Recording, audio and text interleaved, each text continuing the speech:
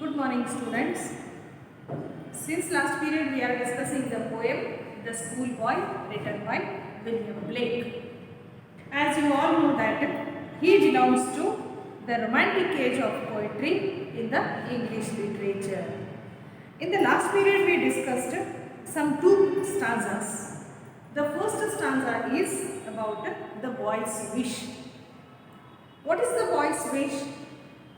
The boy would love to get up early in the morning, listening to the birds singing on every tree.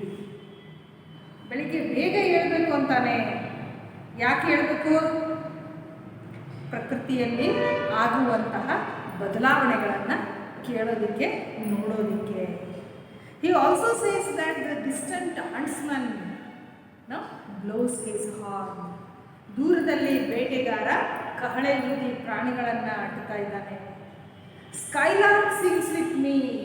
ಸ್ಕೈಲಾರ್ಕ್ ಅನ್ನುವಂಥ ಹಕ್ಕಿ ಈ ಹುಡುಗನ ಜೊತೆಗೆ ಹಾಡುತ್ತೆ ಅಂದರೆ ಮನಸ್ಸು ಎಷ್ಟು ಚೆನ್ನಾಗಿದೆ, ಎಷ್ಟು ಸಂತುಷ್ಟವಾಗಿದೆ. Sweet company. ಇದಕ್ಕೆ ವಿರುದ್ಧವಾಗಿ ಎರಡನೇ stanza, the second stanza is quite opposite to that. All the joy drives away when he has to go to school. ಶಾಲೆಗೆ ಹೋಗಬೇಕು ಅನ್ನೋವಾಗ ಎಲ್ಲ ಸಂತೋಷ ಮಾಯವಾಗುತ್ತೆ. Why? Under the cruel eye outworn, under the discipline, ಅತ್ಯಂತ ಶಿಸ್ತಿನ ಬಿಗುವಿನ ವಾತಾವರಣದಲ್ಲಿ ಮಗು ತನ್ನ ಸಮಯವನ್ನು ಕಳೆಯುತ್ತೆ. ಹೇಗೆ ಕಳೆಯುತ್ತೆ? Fear and dismay. The child is fear, ಭಯ, ಅದೇ ರೀತಿ ನಿಟ್ಟುಸಿರು ಬಿಡುತ್ತೆ, ಬೇಸರ ಆಗುತ್ತೆ. ನಾನು ಪ್ರಕೃತಿಯಲ್ಲಿರಬೇಕಾಗಿತ್ತು, 4 ಗೋಡೆಗಳ ಮಧ್ಯೆಯಲ್ಲಿ ಬಂಧಿಯಾಗಿದ್ದೇನೆ ಅಂತ ಮಗು ಬೇಸರದಲ್ಲಿ ಸಮಯವನ್ನು ಕಳೆಯುತ್ತೆ. Let's move on to the third ಸ್ಟಾಂಜಾ.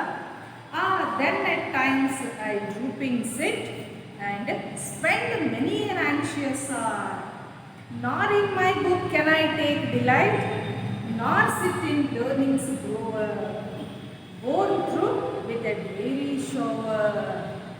The boy says that most of the times I sit drooping. What do you mean by drooping? Drooping means hanging your shoulders. Hang down shoulders. ಕನ್ನಡದಲ್ಲಿ ಏನಂತೀವಿ? ಇಳಿ ಬಿದ್ದ ಭುಜಗಳು. ಯಾವಾಗ ನಮ್ಮ ಭುಜಗಳು ಇಳಿ ಬೀಳ್ತವೆ? ನಮಗೆ ಬೇಸರ ಆದಾಗ ಅಥವಾ ನಮಗೆ ಮನಸ್ಸಿಲ್ಲದೆ ಯಾವುದೋ ಒಂದು ಕೆಲಸವನ್ನು ಮಾಡುವಾಗ. ಮಗು ಕೂಡ ಶಾಲೆಯಲ್ಲಿದೆ, ಶಾಲೆಯ ವಾತಾವರಣದಿಂದ ಭಯ ಮತ್ತು ಆತಂಕಕ್ಕೆ ಒಳಗಾಗಿದೆ. ಹೀಗಾಗಿ ಮಗುವಿನ ಭುಜಗಳು ಕೂಡ ಇಳಿ ಬಿಟ್ಟಿದ್ದಾವೆ, ಅಂದರೆ ಸಂತುಷ್ಟವಾಗಿಲ್ಲ. Spend many an anxious hour. Anxious hour, what is the time you are spending in the school? Probably more than 6 hours. more than 6 hours, ಸುಮಾರು 5 ತಾಸು ಅಥವಾ ನೀವು ಸುಮಾರು 6 ತಾಸು ನಾವು ಶಾಲೆಯಲ್ಲಿ ಕಳಿತೀವಿ. 24 ತಾಸುಗಳಲ್ಲಿ ಒಂದು ಬಹಳ ದೊಡ್ಡ ಭಾಗ, 1/4, 1/4 of the day we spend in the school. These are very anxious hours. Anxious hours in the sense very important hours where you can do lot of productive things. ಬಹಳಷ್ಟು ಕೆಲಸಗಳನ್ನು ಮಾಡಬಹುದಾದಂತಹ ಬಹಳ ಮುಖ್ಯವಾದ ಸಮಯ ಇದು. ಅಂತಹ ಸಮಯವನ್ನು ಎಲ್ಲಿ ಕಳಿತೀವಿ? ಶಾಲೆಯಲ್ಲಿ. Nor in my book can I take delight. Delight means happiness, enjoy. Delight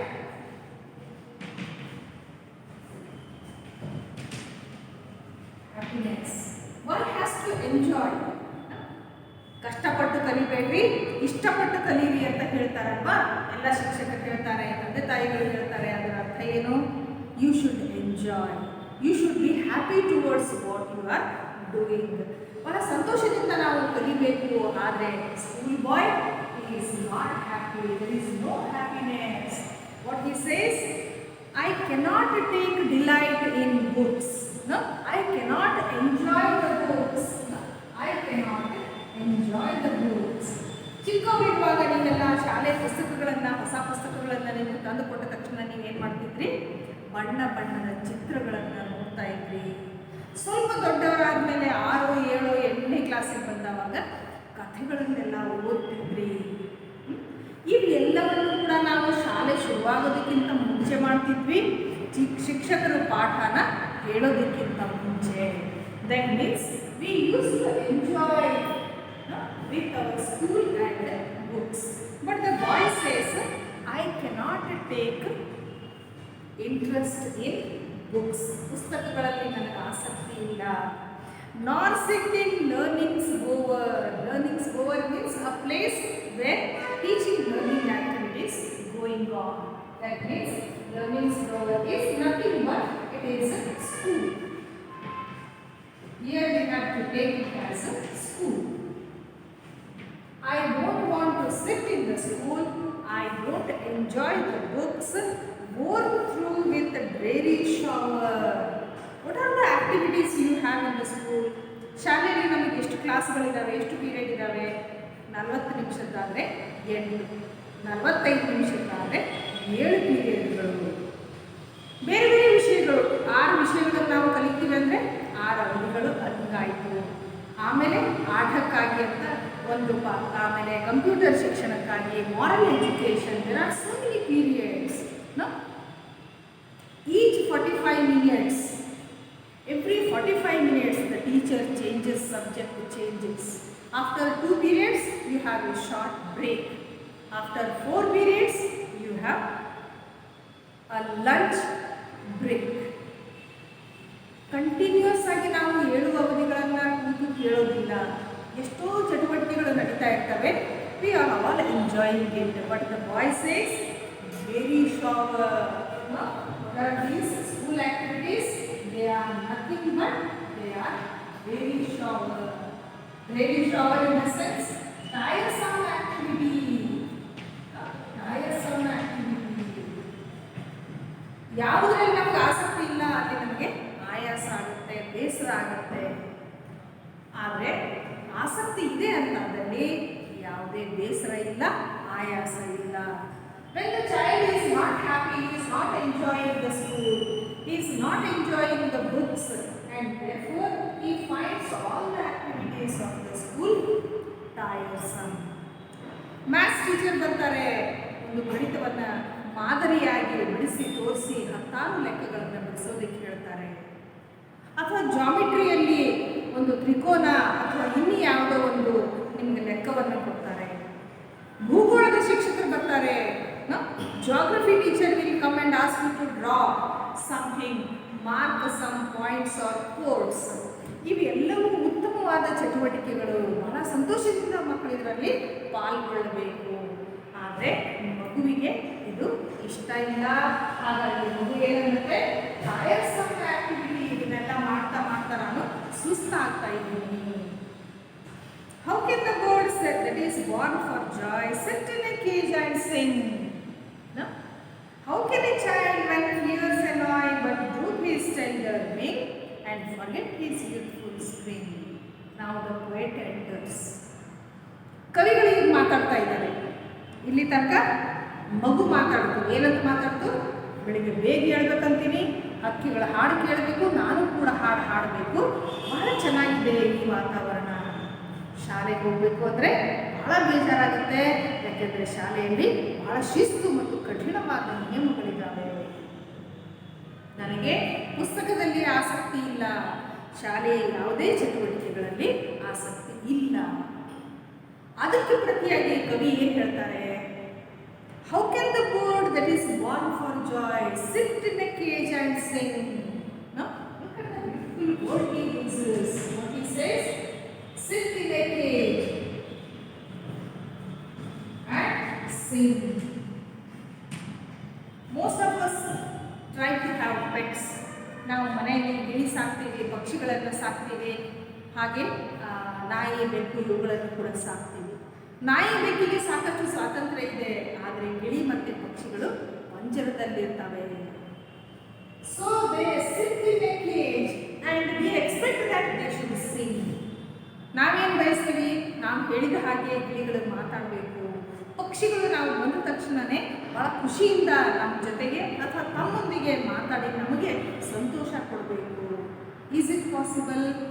when the thing is in a cage. ಒಂದು ಪಂಜರದಲ್ಲಿರುವಂತಹ ಗಿಳಿ ಸಂತೋಷವಾಗಿ ಹೇಗಿರೋಕ್ಕೆ ಸಾಧ್ಯ? ಶಾಲೆ ಅನ್ನೋದು ಇಲ್ಲಿ ಮಗುವಿಗೆ ಪಂಚದ ಆಧಾರ ಆಗಿದೆ. So therefore the poet says, no, the bird is born for joy. The bird and it is born for joy.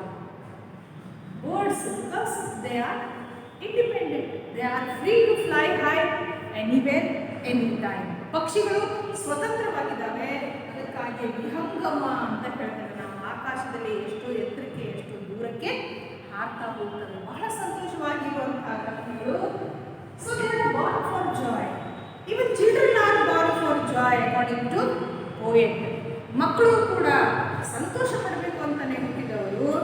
ಅಂಥ ಮಕ್ಕಳನ್ನ ನಾವೇನು ಮಾಡ್ತಾ ಇದ್ದೀವಿ, we are asking them to sit in a cage. ಶಾಲೆ ಅನ್ನುವ 4 ಗೋಡೆಯನ್ನು ತಡ್ತಾ ಇದ್ದೀವಿ. And we are asking them to sing. ಖುಷಿಯಾಗಿಲ್ಲ ಅಂದರೆ ಆ ಮಕ್ಕಳು ಹೇಗೆ ಆಡೋದಕ್ಕೆ ಸಾಧ್ಯ, ಹೇಗೆ ಹಾಡೋದಕ್ಕೆ ಸಾಧ್ಯ? No. How can a child when fears annoy droop his tender wing and forget his youthful spring?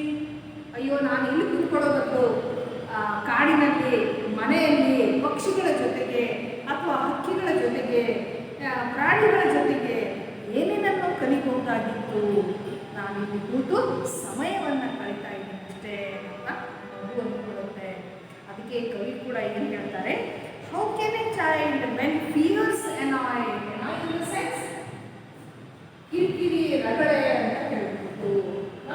Fierce annoy, slight anger you can say. Teacher ಏನಾದರೂ ಬರೆಯೋದಕ್ಕೆ ಕೊಟ್ಟವಾಗ ನಮ್ಗೆ ಇಷ್ಟ ಇಲ್ಲ ಅಂದರೆ ನಮಗೆ ಸಿಟ್ಟು ಬರುತ್ತೆ. ಬರೆದಿರೋದು ತಪ್ಪಾಗಿದೆ ಅಂತ ಟೀಚರ್ ಕಿವಿ ಹಿಂಡಿದವಾಗ ನಮಗೆ ಸಿಟ್ಟು ಬರುತ್ತೆ. ಈ ಒಂದು ಭಯ ನಿಮಗೆ ಈ ಸಿಟ್ಟನ್ನು ಕಂಟ್ರೋಲ್ ಮಾಡ್ಕೊಳ್ಳೋದಕ್ಕೆ ಹೇಳುತ್ತೆ. You cannot react because it is a school. There are some rules and regulations. So the child it feels fear and sometimes angry also. The poet says, droop his tender wings. ಹಕ್ಕಿಗಳ ರೆಕ್ಕೆಗಳು ಇನ್ನೂ ಬಲಿತಿಲ್ಲ. ಮಗು ಕೂಡ ಹಾಗೇನೆ ಇನ್ನೂ ಚಿಕ್ಕದು. And you expect that it should forget his youthful spring. How can you expect so? ಈ ಒಂದು ಮಗು ಶಾಲೆಯಲ್ಲಿದ್ದು ತನ್ನ ಅಮೂಲ್ಯವಾದ ಸಮಯವನ್ನು ಹಾಳು ಮಾಡಬೇಕು ಅಂತ ನೀವು ಬಯಸ್ತೀರಿ, ಸಮಾಜ ಬಯಸುತ್ತೆ, ಶಾಲೆ ಬಯಸುತ್ತೆ, ಶಿಕ್ಷಕರು ಬಯಸ್ತಾರೆ.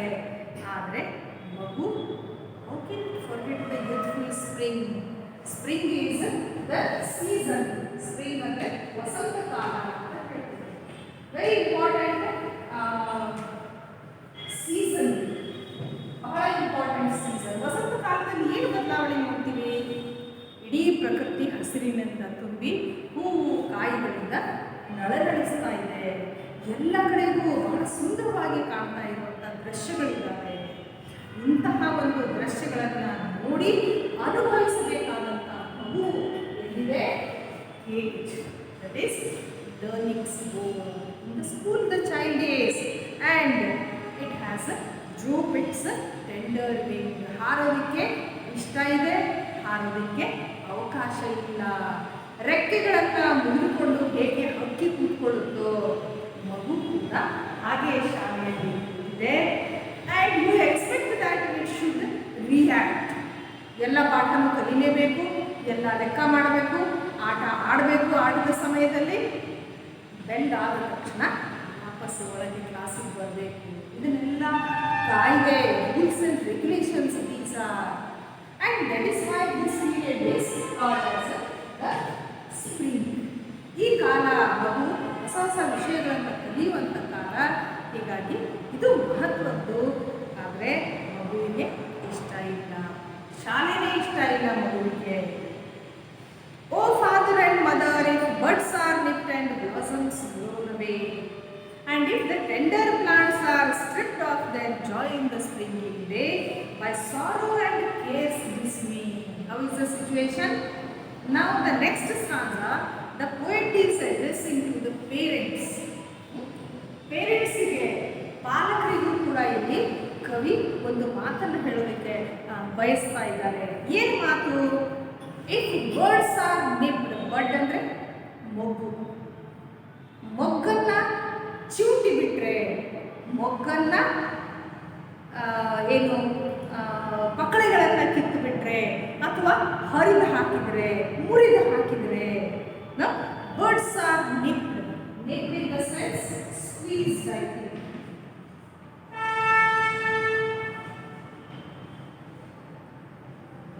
Squeezed, ಅಥವಾ ನಿಮ್ಮಲ್ಲಿ ಕೆಲವರಿಗೆ ರೂಢಿ ಇರಬಹುದು, ಎಲ್ಲಾದರೂ ಒಂದು ಗಿಡದ ಕೆಳಗೆ ನಿಂತಿದ್ರೆ ಆ ಗಿಡದ ಎಲೆಗಳನ್ನು ಹರಿತಾ ನಿಂತ್ಕೋತೀವಿ. ಅಥವಾ ಮನೇಲಿ ಅಷ್ಟೇ ಯಾವುದೋ ಒಂದು ಕಾಯಿ ತೆಗಿಬೇಕು ಅಂದರೆ ಆ ಕಾಯಿ ಜೊತೆಗೆ 4-6 ಎಲೆಗಳನ್ನು ಹರಿದು ಒಗಿತೀರಿ. ಬೇಕಾಗಿಯೋ ಬೇಡವಾಗಿಯೋ ನಾವು ಈ ಕೆಲಸಗಳನ್ನು ಮಾಡ್ತಾ ಇರ್ತೀವಿ, ಮಾಡಕೂಡದು. Plants are so useful and specially useful for the human beings. ಸಸ್ಯಗಳಿಲ್ಲದೆ ಹೋದರೆ ನಮ್ಮ ಜೀವನ ವ್ಯರ್ಥನೆ ಆಗಿರೋದು. ಹೀಗಾಗಿ ಹಾಗೆ ಮಾಡಬಾರ್ದು. But in the school what happens is the birds are nipped. ಚಿಕ್ಕ ಮಗು ಏನೇನೋ ಮಾಡಬೇಕನ್ನತ್ತೆ, ಅದಕ್ಕೆ ಬಹಳಷ್ಟು ಪ್ರಶ್ನೆಗಳಿದ್ದಾವೆ. ಆದರೆ ಶಿಕ್ಷಕರು ಏನಂತ ಹೇಳ್ತಾರೆ, ಯಾವುದೇ ಪ್ರಶ್ನೆ ಕೇಳೋ ಹಾಗಿಲ್ಲ. You have to fold your hands or sit properly and put the finger on the lips ಅಲ್ವಾ. ತೋರ್ಬೆರಳನ್ನ ಬಾಯಿ ಮೇಲೆ ಇಟ್ಕೊಂಡು ನೀನು ಮಾತಾಡದೆ ಕೂತ್ಕೋಬೇಕು. ನಿನ್ನ ಹತ್ರ ಏನೇ ಪ್ರಶ್ನೆಗಳಿದ್ರು ನೀನು ಕೇಳೋ ಹಾಗಿಲ್ಲ. When this is the authority, this is discipline. And that's why the poet says that the birds are nipped. ಮೊಗ್ಗನ್ನ ನೀವು ಚಿವುಡ್ತೀರಿ, ಮೊಗ್ಗನ್ನ ನೀವು ಮುರಿತೀರಿ, ಹರಿತೀರಿ. Blossoms blown away, there is no blossom. ಹೇಗೆ ಆ ಮೊಗ್ಗರಲ್ಲಿ ಹೂವಾಗುತ್ತೆ? ಮೊಗ್ಗನ್ನ ಚಿವುಟಿದಾಗ ಮೊಗ್ಗು ಬಾಡಿ ಹೋಗುತ್ತೆ, ಅರಳುವಿಕೆ ಇಲ್ಲ. ಅರಳುವಿಕೆ ಅಂದರೆ ವಿಕಾಸ, development. There is no progress in the child because the buds are nipped. If the tender plants are stripped, I think you have seen various types of leaves. One such leaf is like this. There are so many leaves to that. This in biology you understand. These are the leaves we have. This is how the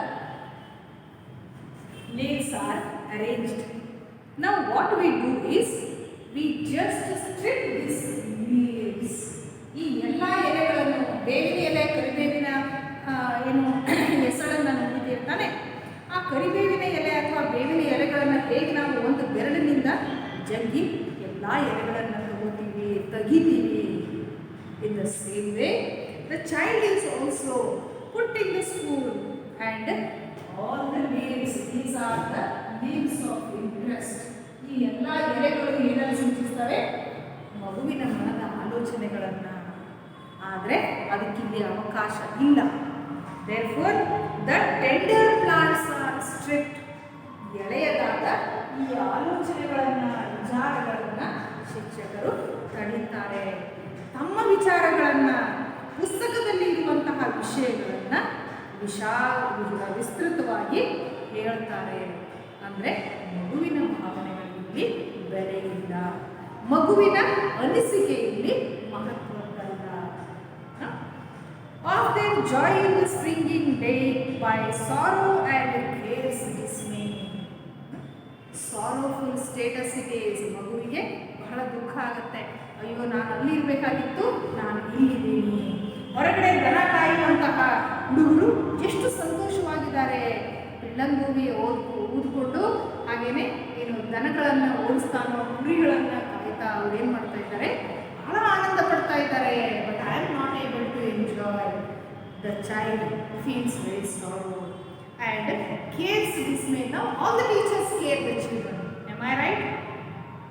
ಎಲ್ಲ ಶಿಕ್ಷಕರ ಮೂಲ ಉದ್ದೇಶ ಏನು? ಎಲ್ಲ ಮಕ್ಕಳು ಚೆನ್ನಾಗಿ ಕಲಿಬೇಕು. ಅವರವರ ಬುದ್ಧಿಮಟ್ಟಕ್ಕೆ ಅನುಗುಣವಾಗಿ ಕಲಿಕೆ ಬೇರೆಯಾದರೂ ಕೂಡ ಕಲಿಸುವಿಕೆ ಒಂದೇ ಥರದ್ದು. This lecture 240 students watch. ಈ ಒಂದು ವಿಡಿಯೋವನ್ನು 240 ವಿದ್ಯಾರ್ಥಿಗಳು ನೋಡ್ತಾರೆ. ಇದ್ರ ಮೇಲೆ ಒಂದು ಟೆಸ್ಟ್ ಮಾಡಿದ್ರೆ ಎಲ್ಲರೂ ಸಮಾನವಾಗಿ ಮಾರ್ಕ್ಸ್ ತಗೋತಾರ? ಇಲ್ಲ. ಅವರವರ ತಿಳುವಳಿಕೆಗೆ ಅನುಗುಣವಾಗಿ ಅವರು ಅಂಕಗಳನ್ನು ಪಡೀತಾರೆ, ಪ್ರಶ್ನೆಗಳಿಗೆ ಉತ್ತರಿಸಿ.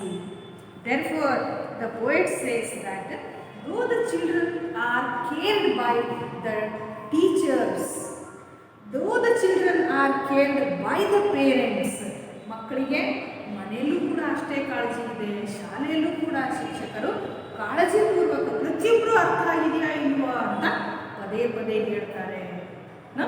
It is very common that teachers ask, do you understand, have you understood, ಎಲ್ರಿಗೂ ಅರ್ಥ ಆಗಿದೆಯಾ, ಅರ್ಥ ಆಗಿಲ್ಲ ಅಂತವ್ರು ಕೈ ಮೇಲ್ ಮಾಡಿ ಅಂತೆಲ್ಲ ಕೇಳ್ತಾರೆ. ಒಂದ್ಸಲ ಅಲ್ಲ 4 ಸಾರಿ ಹೇಳ್ತಾರೆ.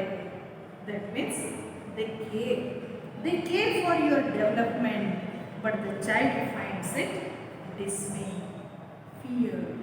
ಮಗುವಿಗೆ ಇದು ಭಯ ಅಂತ ಅನಿಸ್ತದೆ, ಮಗುವಿಗೆ ಇದು ಬೇಕಾಗಿಲ್ಲ.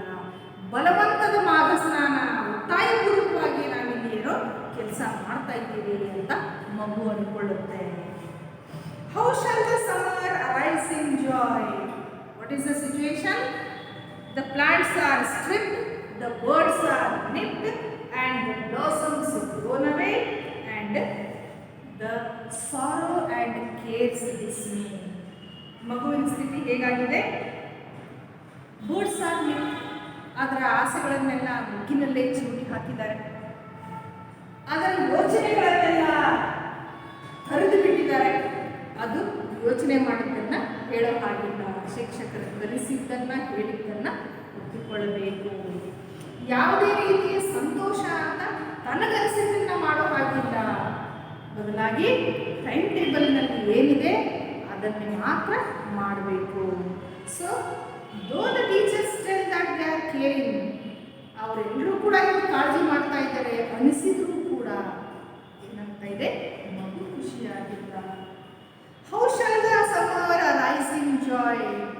ಇನ್ fact in India summer is not much welcome, but in European countries summer is the most beautiful season, welcome season it is.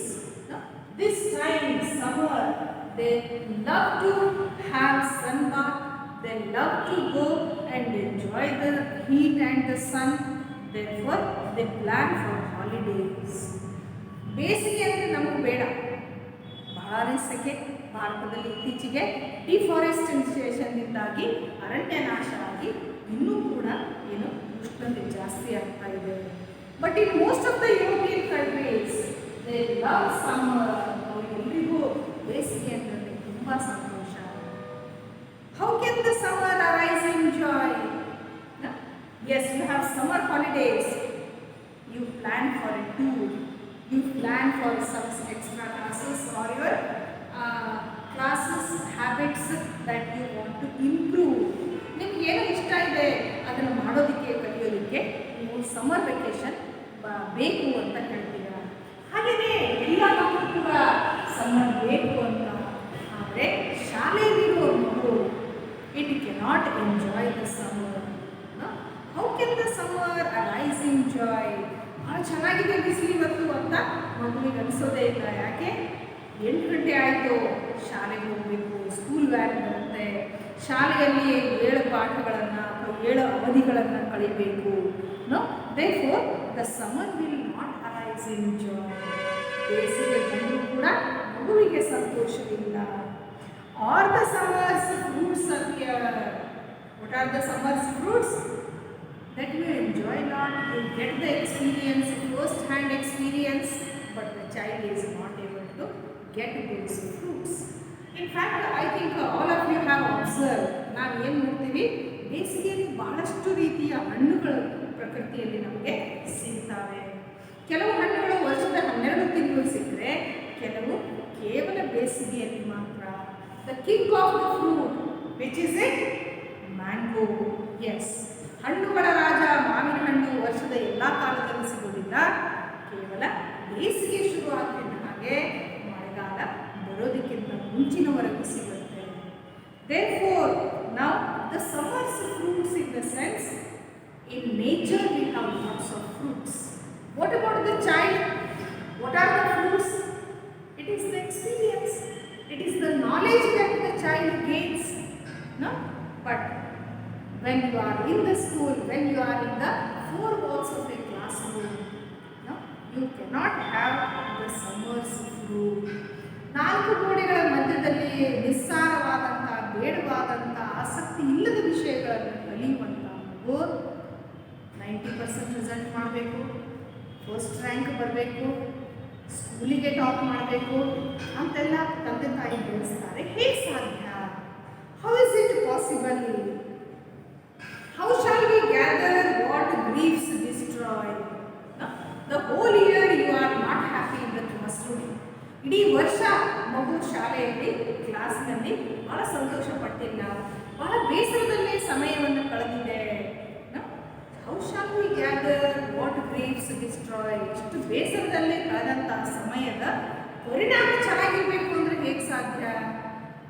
ಇಡೀ ವರ್ಷ ಮಗು ಬೇಸರದಲ್ಲಿ ಕಳೆದಿದೆ, ವರ್ಷದ ಕೊನೆಯಲ್ಲಿ ಪರೀಕ್ಷೆಯ ಫಲಿತಾಂಶ ಏನಾಗಬೇಕು? First rank, top, 95%, 99%. Possible? Very difficult. Therefore, the poet says, how shall we gather what griefs destroy? ನಮ್ಗೆ ಬೇಸರ ಆದಾಗ ಒಳ್ಳೆ ಕೆಲಸಗಳು, ಒಳ್ಳೆಯ ಪರಿಣಾಮಗಳು ಹೇಗೆ ಸಾಧ್ಯ?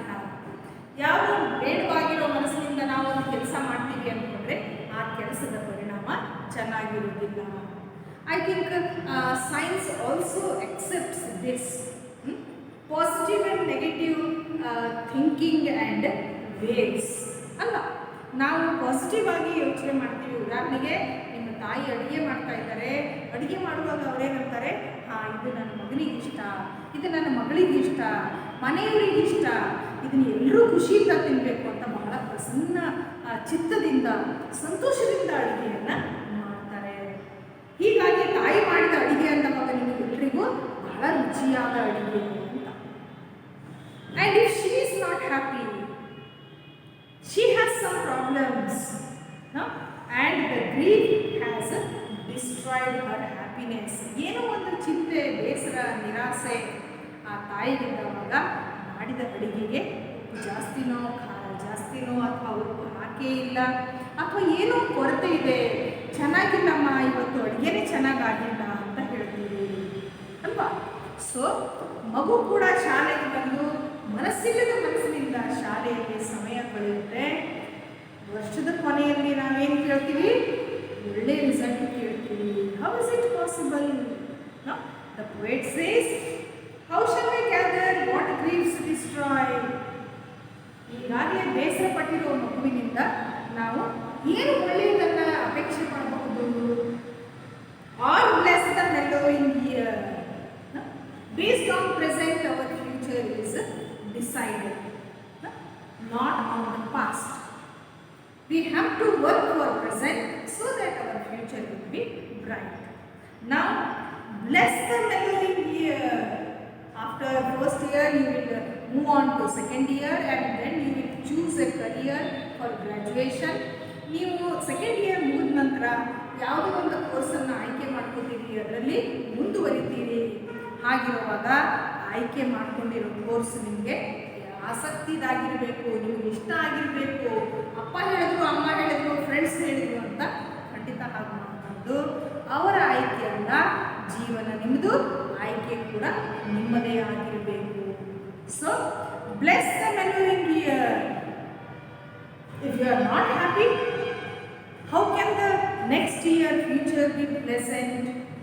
ಮೆಲ್ಲೋಯಿಂಗ್ in the sense kind or pleasant.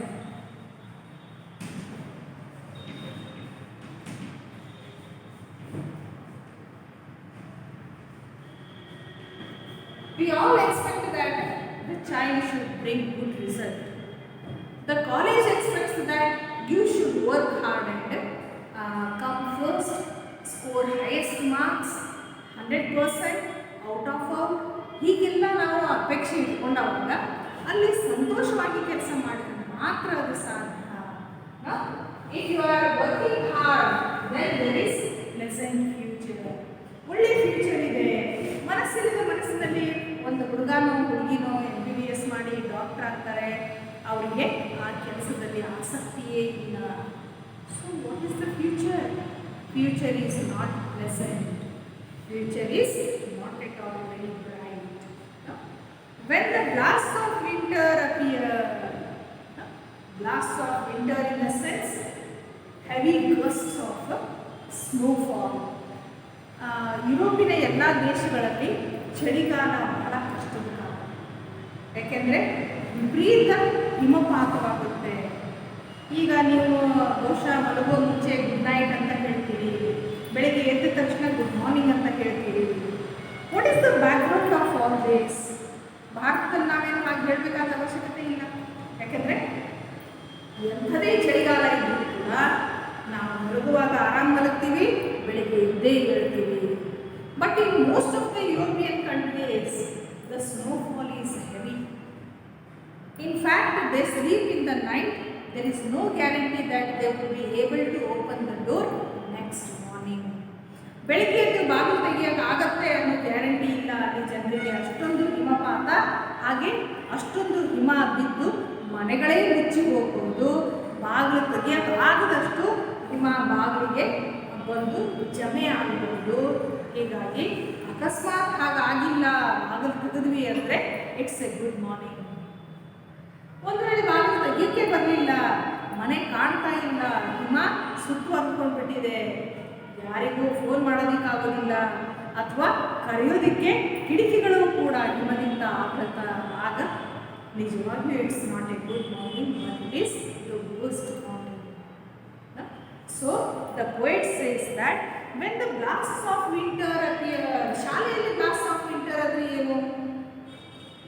Various activities, various work that you do, various subjects and languages that you learn, various activities in which you take part.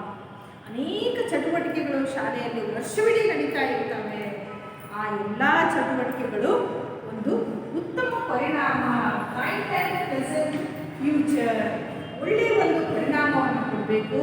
ಹಾಗೆ ಕೊಡದೇ ಹೋದರೆ ಅದು it is blast of winter, ಅಂದರೆ ವ್ಯರ್ಥವಾದ ಚಳಿಗಾಲ. ವಿಪರೀತ ಚಳಿಯಿಂದಾಗಿ road ಮೇಲೆ 10 ಫೀಟ್ನಷ್ಟು ಬರ್ಫ್ ಅಂದರೆ ಹಿಮ ಬಿದ್ದಿರ್ತದೆ. ನಮ್ಮಲ್ಲಿ ಜಮ್ಮು ಕಾಶ್ಮೀರದಲ್ಲಿರುವಂತಹ ಏನು ರಾಷ್ಟ್ರೀಯ ಹೆದ್ದಾರಿಯಲ್ಲಿ ಕಿಲೋಮೀಟರ್ ಗಟ್ಟಲೆ ವಾಹನಗಳು ನಿಂತ್ಕೊಳ್ತವೆ. ಯಾಕೆ ನಿಂತ್ಕೋತವೆ?